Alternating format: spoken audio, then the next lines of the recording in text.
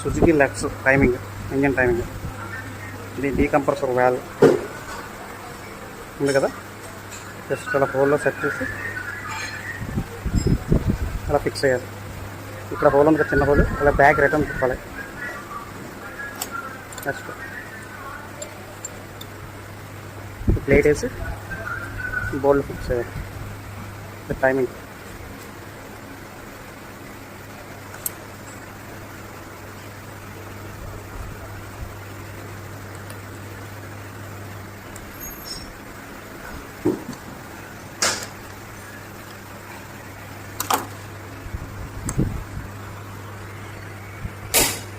Suzuki Let's timing.